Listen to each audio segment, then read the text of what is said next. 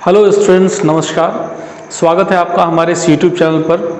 आज के इस वीडियो पे हम लोग प्रकाश के अपवर्तन के बारे में पढ़ने वाले हैं। ठीक है कि प्रकाश का अपवर्तन, ये जो घटना है ये क्या होती है, अपवर्तन के नियम क्या है, अपवर्तन कितने प्रकार के होते हैं, और इसके साथ साथ अपन अपवर्तनांक के बारे में समझेंगे।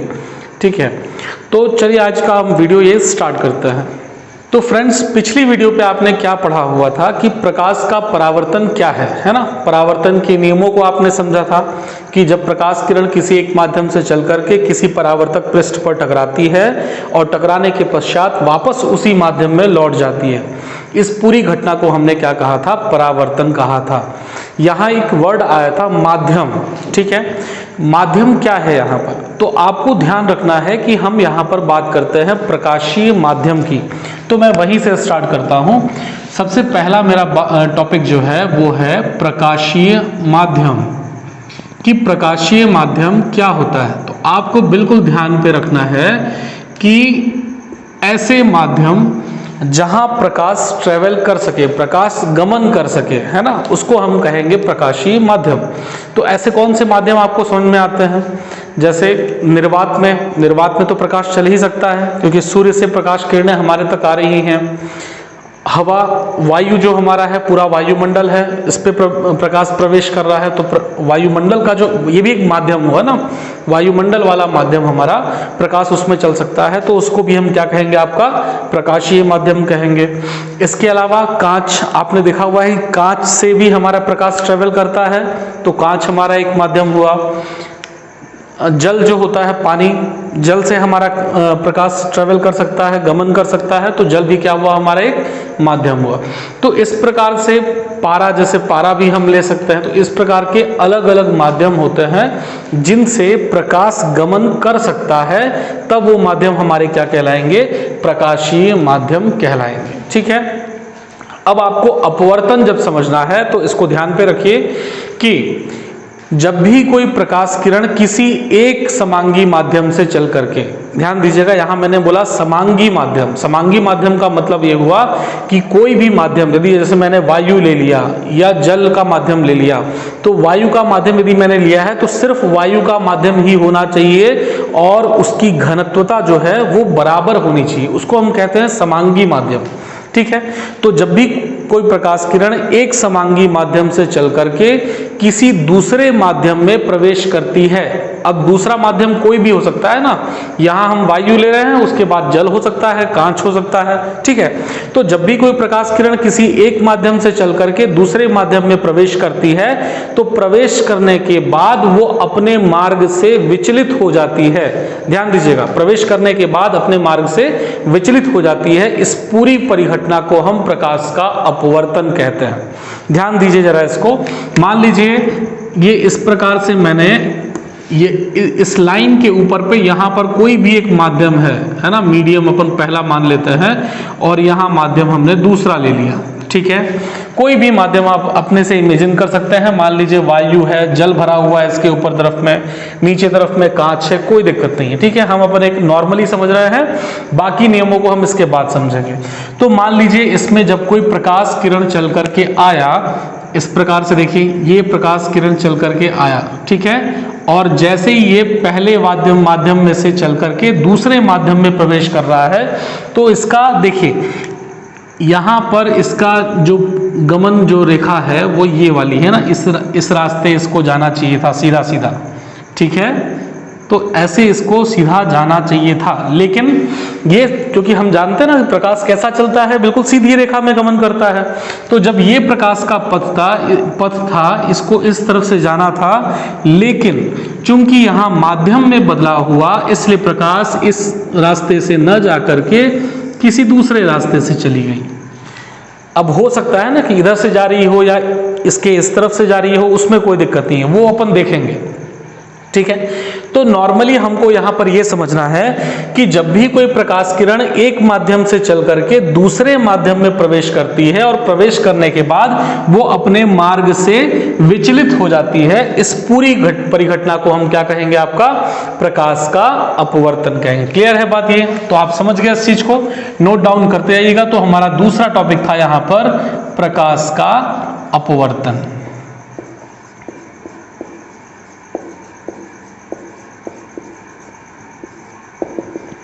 ठीक है, क्लियर है बच्चों ये बात कि प्रकाश का अपवर्तन हमारा क्या है। ठीक है, बाकी चीजें वही है हमारा।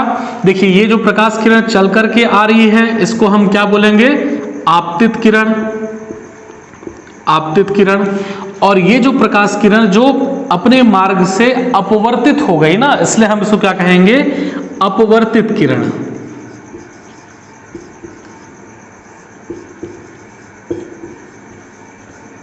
ठीक है, क्लियर है, इसमें मेरे ख्याल से कोई डाउट नहीं है यहाँ पर। आगे अब हम बात करते हैं यहाँ पर, देखिए कि प्रकाश कैसे अपवर्तित हो रहा है, इसके अपवर्तन के नियम क्या है। तो आइए हम इसको समझते हैं। तीसरा हमारा टॉपिक है यहाँ पर अपवर्तन के नियम, अपवर्तन के नियम। तो आपको इसमें ध्यान रखना है कि मेरे प्रकाश का जो अपवर्तन होगा वो यहाँ पर दो चीजों पर निर्भर करता है, या मैं कहूँ एक ही चीज पर निर्भर करता है, और वो क्या है, इसके माध्यम पर निर्भर करता है कि हम कौन से माध्यम का चुनाव कर रहे हैं, या हम कहें कि प्रकाश किस माध्यम से आपतित होकर के किस माध्यम पर जा रही है। ठीक है, अब आइए इसको हम समझते हैं। तो जैसे यहाँ पर जब मैंने माध्यम की बात की तो यहाँ माध्यम को हम, माध्यम तो आप समझ गए प्रकाशीय माध्यम। तो यहाँ पर जब प्रकाशीय माध्यम को हम पढ़ते हैं तो यहाँ हम इसको दो प्रकार से देखते हैं।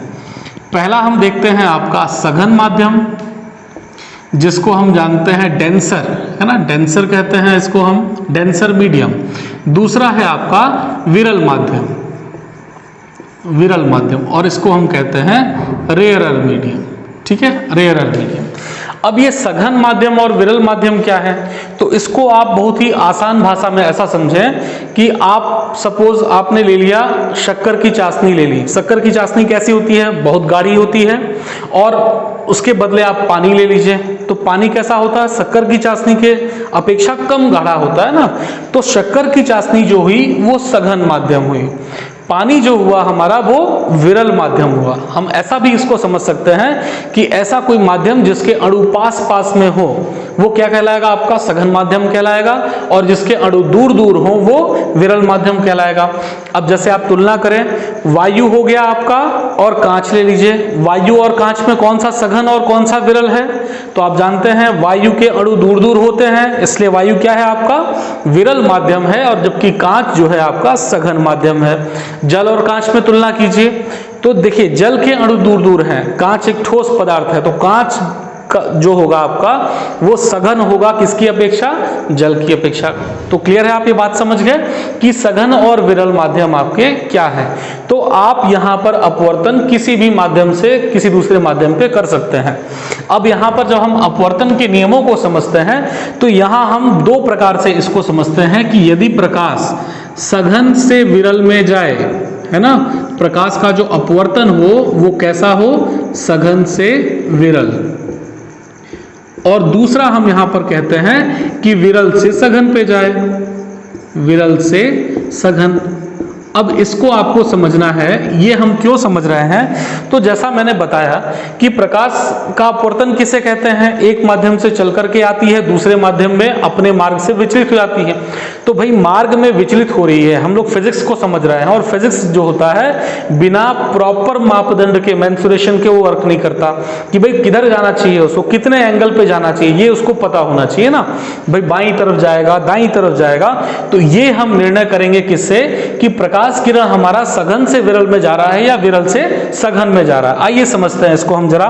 सपोज मान के चलिए प्रकाश किरण हमारा सघन से विरल पे जा रहा है। मान लीजिए ये आपका कोई एक मीडियम है, सघन माध्यम है ना, डेंसर मीडियम है, और यहां इसके नीचे हमने ले लिया आपका विरल माध्यम। ठीक है, तो यदि कोई प्रकाश सघन माध्यम से चल करके आ रही है, ये मान लीजिए चल करके आई, ठीक है, और जैसे ये विरल माध्यम में प्रवेश करेगी तो अपने मार्ग से विचलित हो जाएगी। अपने मार्ग से विचलित हो जाएगी का मतलब किधर जाएगी, तो सबसे पहले मैंने क्या करा, इसका मैंने एक पथ बना लिया। देखिए इस तरीके से कि सपोज ये ऐसे जाकर के इधर को जाना था, लेकिन अब क्या हुआ, हमने बनाया इसका नॉर्मल। तो देखिए आप यहाँ पर ये सपोज इसका नॉर्मल है, और मैंने ऊपर और नीचे दोनों तरफ बढ़ा दिया ना, दोनों माध्यमों पे मैंने इसका नॉर्मल बना दिया। नॉर्मल आप समझ रहे हैं, पिछली बार मैंने बताया था अभिलंब, है ना। तो ये अभिलंब मैंने बता दिया। अब आपको नियम क्या ध्यान में रखना है इसमें कि जब भी कोई प्रकाश किरण सघन से विरल में चल करके जाती है तो वो हमेशा अपने मार्ग में अभिलंब से दूर हटेगी। क्या होगी? अभिलंब से दूर हटेगी। बिल्कुल ध्यान में रखिए इसको, है ना, अभिलंब से दूर जाएगी। ठीक है, अभिलंब से दूर जाएगी का मतलब क्या हुआ कि ये इसका पथ था, यहां से इसको जाना था, तो ये यहां से न जा करके देखिए अभिलंब से दूर हट गई। क्लियर है बात? मतलब प्रकाश आपका ये चल करके आया और यहां से फिर ये वापस दूसरे रास्ते से चला गया। क्लियर है बात? ये तो ये है आपका पहला सघन से विरल माध्यम में अपवर्तन। ठीक है, कितने कोण बनाते हुए जाएगी ये सब हम समझेंगे, ये आगे हम पढ़ेंगे। अब आगे इसमें ध्यान रखिएगा, जैसा मैंने पहले यहाँ पर मैं बताना भूल गया था, ये ध्यान दीजिएगा कि अपवर्तित किरण आपका अभिलंब से जो कोण बनाती है उसको हम क्या कहते हैं? आपका आपतन कोण। और चूंकि ये अपवर्तित किरण है, क्या है ये? अपवर्तित किरण। तो अपवर्तित किरण जो आपका अभिलंब से कोण बनाएगी इसको हम बोलेंगे अपवर्तन कोण। इसको यहां ध्यान रखिएगा, अपवर्तन कोण। दोनों पे परावर्तन में भी हम लोग आर ही लिख रहे थे, लेकिन वहां पर आर में रिफ्लेक्शन एंगल था ना, और यहां अपवर्तन है उसको हम पढ़ते हैं रिफ्रैक्शन। और आई तो आपका सेम है, इंसिडेंस एंगल, है ना, जिसको हम कहेंगे आपका आपतन कोण। क्लियर है यहां तक? चलिए, तो सघन से विरल वाला आपका अपवर्तनांक आप समझ गए। इसी प्रकार से आप दूसरा विरल से सघन माध्यम में अपवर्तनांक को समझिए। तो मान लीजिए इसका भी हम डायग्राम एक बनाते हैं। तो मान लीजिए अब हमने विरल लिया ना, तो यहाँ एक विरल माध्यम है और इसके नीचे हमने लिया एक सघन माध्यम। ठीक है, क्लियर है यहाँ पर? अब मान लीजिए एक कोई प्रकाश किरण है जो विरल माध्यम से चल करके आई। अब ये विरल माध्यम से चल करके किस में प्रवेश करना चाह रही है? सघन माध्यम में प्रवेश करना चाह रही है। तो सबसे पहले जिस बिंदु पर ये आपतित हो रही है वहां पर आप क्या डालेंगे? एक अभिलंब बनाएंगे। और अब इसको समझिएगा, इसका रास्ता क्या था? ये वाला इसका रास्ता था। ठीक है, ये पथ है उसका। लेकिन जब भी कोई प्रकाश किरण, नियम हमारा क्या कहता है कि जब भी कोई प्रकाश किरण विरल माध्यम से सघन माध्यम में प्रवेश करती है तो सदैव वो अभिलंब की ओर झुक जाती है। अब देखिए इस रास्ते से जाने लगी। ठीक है, अंतर समझ में आया आपको यहां पर कि जब भी कोई प्रकाश किरण सघन से विरल में जाएगी, सघन से विरल में जाएगी तो अभिलंब से दूर हट जाएगी, है ना, अपने पथ से। और जब भी कोई प्रकाश किरण विरल से सघन माध्यम में जाएगी तो अभिलंब की ओर झुक जाएगी। हम इसको कह सकते हैं, यहां लिख लीजिए, अभिलंब की ओर, अभिलंब की ओर। ठीक है, क्लियर है ये बात? समझ गए इतनी बात आपकी भी? प्रकाश का आपका अपवर्तन क्या होता है और अपवर्तन के आपके नियम, इसमें नियम अभी हमने नहीं पढ़े हैं, अभी हम अपवर्तन के प्रकार ही पढ़ रहे हैं, नियम को भी हम समझेंगे। ठीक है, अब ये प्रकाश, यहाँ एक चीज आती है कि भाई आखिर माध्यम में जब इसमें बदलाव हुआ, सघन से विरल में गया या विरल से सघन में गया, तो ऐसा क्या कारण है कि प्रकाश अपने रास्ते से, अपने पथ से मुड़ गया? तो आप बिल्कुल ध्यान में रखिएगा इस चीज को कि जब भी कोई प्रकाश किरण किसी भी माध्यम में प्रवेश कर रहा है तो उसके चाल पर निर्भर करता है ना। यदि मान लीजिए कोई प्रकाश किरण एक सघन माध्यम में चल रहा है तो उसकी जो चाल होगी वो कम होगी, और यदि वही प्रकाश किरण किसी विरल माध्यम में चल रहा है तो उसकी चाल अधिक होगी। ठीक है, इसको बिल्कुल ध्यान में रखिएगा। यहां जैसे विरल से सघन में आया तो चूंकि यहां पर प्रकाश की चाल अलग थी, अलग कहने का मतलब ध्यान रखिएगा आप हमेशा कि विरल माध्यम में, यहां मैं नोट करता हूं कि विरल माध्यम में, विरल में प्रकाश की चाल जो होती है, प्रकाशीय चाल, वो अधिक होती है ना। विरल माध्यम में प्रकाशीय चाल अधिक होगी और सघन माध्यम में प्रकाशीय चाल कम होती है। सघन माध्यम में प्रकाशीय चाल कम होती है विरल के सापेक्ष। क्लियर है बात ये? तो जब भी कोई प्रकाश किरण विरल से सघन में आएगी, यदि ये यहाँ पर 10 की स्पीड से, 10 मीटर प्रति सेकंड की स्पीड से चल रहा था, तो यहाँ इसकी स्पीड कम हो जाएगी और यही स्पीड कम होने के कारण वो अभिलंब की ओर झुक जाती है।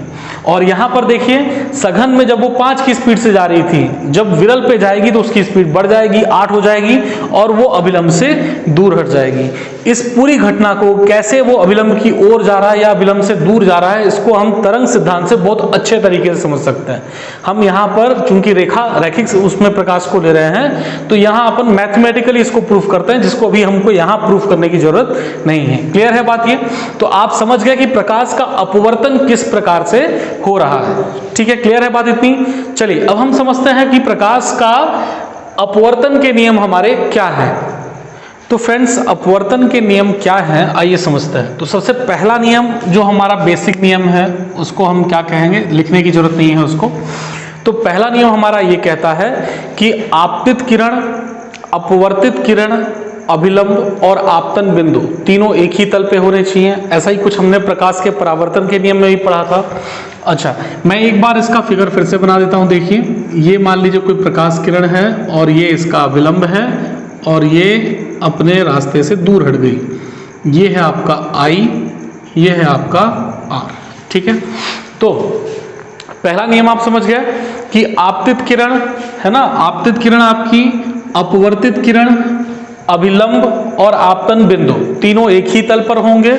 और दूसरा नियम जो आपका कहता है, ये सबसे इंपॉर्टेंट नियम है, इसको ध्यान रखिएगा कि आपतन कोण की ज्या है ना, ज्या मतलब होता है साइन। ठीक है, आपतन कोण की ज्या मतलब साइन, और आपतन कोण कौन सा है आपका I, और अपवर्तन कोण की ज्या, अपवर्तन कोण क्या है आपका R। तो आपतन कोण की ज्या और अपवर्तन कोण की ज्या का अनुपात ये सदैव नियत रहता है। क्या रहेगा? ये सदैव नियत रहेगा।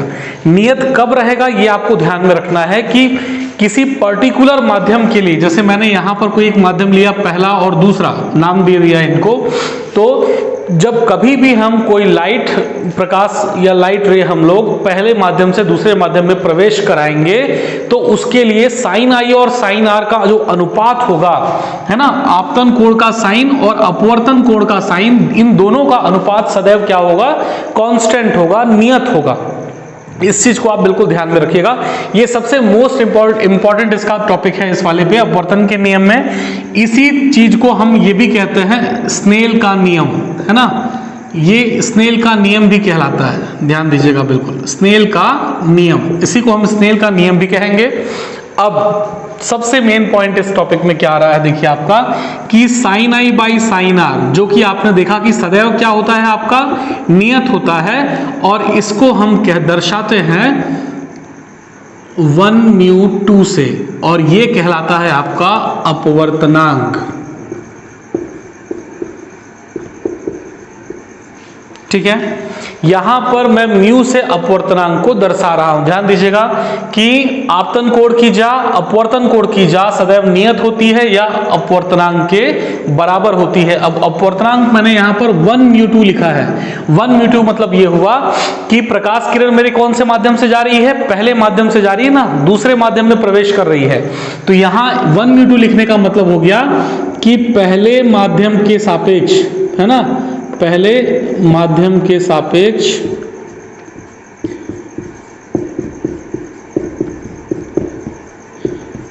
दूसरे माध्यम का अपवर्तनांक, दूसरे माध्यम का अपवर्तनांक।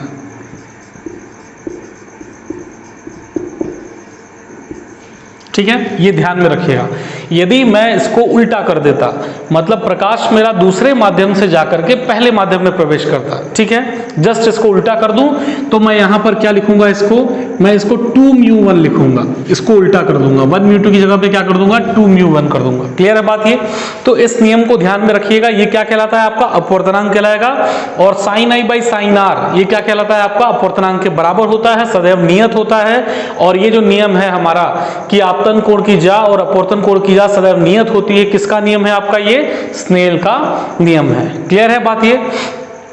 अब जबकि मैं अपवर्तनांक के बारे में बात कर रहा हूं, तो अपवर्तनांक क्या है, कैसे इसका मान निकालेंगे, इसको हम समझते हैं। थोड़ा सा देखिए, तो यहां पर अपवर्तनांक आपको समझना है कि अपवर्तनांक बेसिकली जो होता है डिपेंड करता है प्रकाश की चाल पे। जैसे जिस भी माध्यम में प्रकाश की चाल कम हो जाएगी उसका अपवर्तनांक अधिक होगा।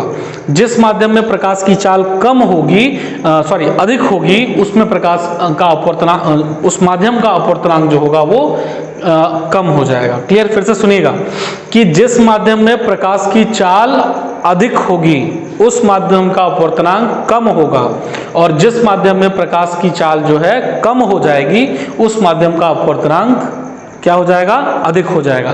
कहने का मतलब ये है कि म्यू जो है हमारा, कोई भी म्यू जो है ये इन्वर्सली प्रोपोर्शनेट होता है प्रकाश की चाल के, v के। 1/v कर दिया मतलब प्रकाश का वेग बढ़ेगा तो मतलब अपवर्तनांक क्या है वहां पर? कम है। प्रकाश का वेग कम है इसका मतलब अपवर्तनांक क्या है वहां पर? अधिक है। या इसको एक और तरीके से आप समझ सकते हैं, जैसे मैंने पहले बताया था, किस माध्यम में प्रकाश का वेग कम हो जाता है? सघन माध्यम में प्रकाश का वेग कम हो जाता है, विरल माध्यम में प्रकाश का वेग अधिक रहता है। तो हमको समझना है कि सघन माध्यम का अपवर्तनांक कम होगा, विरल माध्यम का अपवर्तनांक अधिक होगा। क्लियर है बात? ये निर्वात में जो निर्वात होता है हमारा, निर्वात में हम निर्वात का अपवर्तनांक हम 1 मान करके चलते हैं, ठीक है। इसके अलावा यदि हमारा प्रकाश किरण निर्वात से वायु में भी प्रवेश कर रहा है, हालांकि बहुत ज्यादा अंतर नहीं होता है उसके मार्ग में, लेकिन फिर भी वायु का जो अपवर्तनांक होता है वो 1.0003 होता है। ध्यान दीजिए मैंने क्या बोला आपको कि निर्वात का जो अपवर्तनांक होगा, निर्वात का कितना होगा? 1 होगा, और वायु का जो अपवर्तनांक होगा ये लगभग 1.0003 होता है, ठीक है। मतलब आंशिक रूप से बहुत ही अपने मार्ग से ये मुड़ता है। क्लियर है बात? चलिए, एक ऐसी कंडीशन भी आती है जब प्रकाश भले एक माध्यम से दूसरे माध्यम में प्रवेश कर रहा है लेकिन वो अपने मार्ग से विचलित नहीं होता है, उसके बारे में मैं जस्ट इसके बाद बताऊंगा। पहले हम लोग अपवर्तनांक को और थोड़ा समझ लेते हैं। अपवर्तनांक यहाँ पर 2 प्रकार के हम पढ़ते हैं। पहला होता है अपवर्तनांक का प्रकार जिसको हम कहते हैं निरपेक्ष अपवर्तनांक, है ना, निरपेक्ष अपवर्तनांक। इसको हम कहते हैं एब्सोल्यूट रिफ्रैक्टिव इंडेक्स। आप पूरा ध्यान रखिएगा, निरपेक्ष अपवर्तनांक क्या हम क्या कहेंगे? Absolute refractive index. तो जब भी किसी माध्यम की घनत्वता हम बोलना चाहिए या अपवर्तनांक हम वायु से तुलना करते हैं, निर्वात से तुलना करते हैं। किसी भी माध्यम का अपवर्तनांक जब हम निर्वात के अपवर्तनांक से तुलना करेंगे तब हम उसको क्या कहेंगे? उस निर्वात के सापेक्ष उसका निरपेक्ष अपवर्तनांक कहेंगे। ध्यान से देखिएगा, जैसे मान लीजिए मैंने कहा कि कोई प्रकाश किरण निर्वात से चल करके कांच में प्रवेश करती है, ठीक है। तो इसको मैंने लिखा म्यू और किसका? जी का। निर्वात का अपवर्तनांक तो हम 1 मान के चलते हैं, तो देखिए बराबर किसके हो जाएगा? C/V/G। C किसको कहते हैं हम लोग? C कहते हैं आपका प्रकाश का वेग। किसमें? प्रकाश का वेग। दोनों प्रकाश के वेग ही हैं, बस ये किसमें है? ये निर्वात में है आपका, और दूसरा ये जो है ये कांच के माध्यम में है, कांच के माध्यम में है, ठीक है। तो म्यू जी बराबर मैंने क्या बताया? C/V/G, मतलब प्रकाश की चाल किसमें? निर्वात में, और बटे पे प्रकाश की चाल किसमें? या वेग हम ले सकते हैं, प्रकाश का वेग किसमें? आपके माध्यम में। तो यदि आप निरपेक्ष अपवर्तनांक को परिभाषित करना चाहें तो आप बिल्कुल कह सकते हैं कि निर्वात में प्रकाश की चाल और माध्यम में प्रकाश की चाल के अनुपात को हम लोग क्या कहते हैं? निरपेक्ष अपवर्तनांक कहते हैं। आप सिर्फ जैसे मैंने यहां पर पदार्थ को दर्शा दिया ना जी से, कांच का अपवर्तनांक, निरपेक्ष अपवर्तनांक को आप साधारण म्यू से भी लिखें, कोई दिक्कत नहीं है। क्लियर है बात ये? अब जैसे मैं बोलूं कि वायु का अपवर्तनांक कितना हो गया, तो आप यहां पर सिर्फ म्यू लिख दें या म्यू ए लिख दें। वायु कितना है इसका अपवर्तनांक? 1.0003 है, ठीक है। क्लियर है बात ये? तो निरपेक्ष अपवर्तनांक में हम किससे तुलना कर रहे हैं? निर्वात से तुलना कर रहे हैं, ये बिल्कुल आप ध्यान में रखिए। जैसे मान लीजिए इसका पहला माध्यम निर्वात है और दूसरा कोई भी माध्यम, वायु है, कांच है, जल है, कोई भी माध्यम हो सकता है, तो यहां पर जो अपवर्तनांक वायु का, कांच का, जल का कहलाएगा वो क्या कहलाएगा? निरपेक्ष अपवर्तनांक कहलाएगा। क्लियर है बात ये? दूसरा जो टॉपिक हम लेते हैं इसमें, उसको हम लेते हैं सापेक्ष अपवर्तनांक। क्या लेंगे इसको हम? सापेक्ष अपवर्तनांक। तो सापेक्ष अपवर्तनांक किसे कहेंगे? तो ये ध्यान में रखना है कि जब भी किसी एक माध्यम से, ये कोई एक माध्यम है निर्वात के अलावा, और दूसरे माध्यम में प्रकाश प्रवेश करे, तो एक माध्यम के सापेक्ष जब हम दूसरे माध्यम के अपवर्तनांक की तुलना करते हैं, इसको हम कहते हैं सापेक्ष अपवर्तनांक। मान लीजिए कोई प्रकाश किरण है, मेरा पहले माध्यम से जा रही है, दूसरे माध्यम में प्रवेश कर रही है, तो इसको मैं कैसे लिखूंगा? ध्यान दीजिएगा, देखिए ध्यान से, पहले माध्यम के सापेक्ष दूसरे माध्यम का अपवर्तनांक। क्लियर है बात ये? और इसको किस तरीके से हम आगे बढ़ाएंगे, देखिए इसमें बिल्कुल ध्यान में देखिएगा इसको, है ना। तो प्रकाश की चाल जो होगी इसमें किस प्रकार से होगी? ये प्रकाश की चाल होगी v1 बटा v2। v1 मतलब पहले माध्यम में प्रकाश की चाल, और बटे पे v2 दूसरे माध्यम में प्रकाश की चाल। क्लियर है बात? और जब आप इसको अलग अलग निरपेक्ष अपवर्तनांक के रूप में तोड़ेंगे तो हम इसको इस प्रकार से लिखेंगे, μ2 बटे μ1, है ना। मतलब पहले माध्यम के सापेक्ष दूसरे माध्यम का अपवर्तनांक, इसे ही हम क्या कह रहे हैं? सापेक्ष अपवर्तनांक। और ये किसके बराबर होता है? दूसरे माध्यम के निरपेक्ष अपवर्तनांक। निरपेक्ष अपवर्तनांक में किससे तुलना कर रहे थे? निर्वात से ना, ध्यान दीजिएगा। दूसरे माध्यम का निरपेक्ष, यहां लिख दे रहा हूं मैं, दूसरे माध्यम का निरपेक्ष अपवर्तनांक, और बटे पे पहले माध्यम का निरपेक्ष अपवर्तनांक। क्लियर है बात ये? तो बिल्कुल इसको ध्यान में रखिएगा, निरपेक्ष और सापेक्ष अपवर्तनांक आपके क्या है, अपवर्तनांक क्या होता है, इसको बिल्कुल समझ लीजिए। ठीक है, क्लियर है बात ये? तो यहां तक नोट डाउन करें आप, है ना। तो अपवर्तनांक की निर्भरता किन किन चीजों पर है, इसको समझ लीजिए आप पहले। सबसे पहला है यहां पर माध्यम के जोड़े पर। तो माध्यम का जोड़ा मतलब कैसा? कि जब भी आपका पहला माध्यम सघन हो, दूसरा माध्यम विरल हो, मतलब सघन से विरल में प्रवेश कर रहा है, तो जब भी सघन से विरल में प्रवेश करेगा तो विरल का अपवर्तनांक कम होता है, सघन का अपवर्तनांक अधिक होता है। इस स्थिति पर अपवर्तनांक सदैव क्या हो जाएगा? वहां पर 1 से कम हो जाएगा।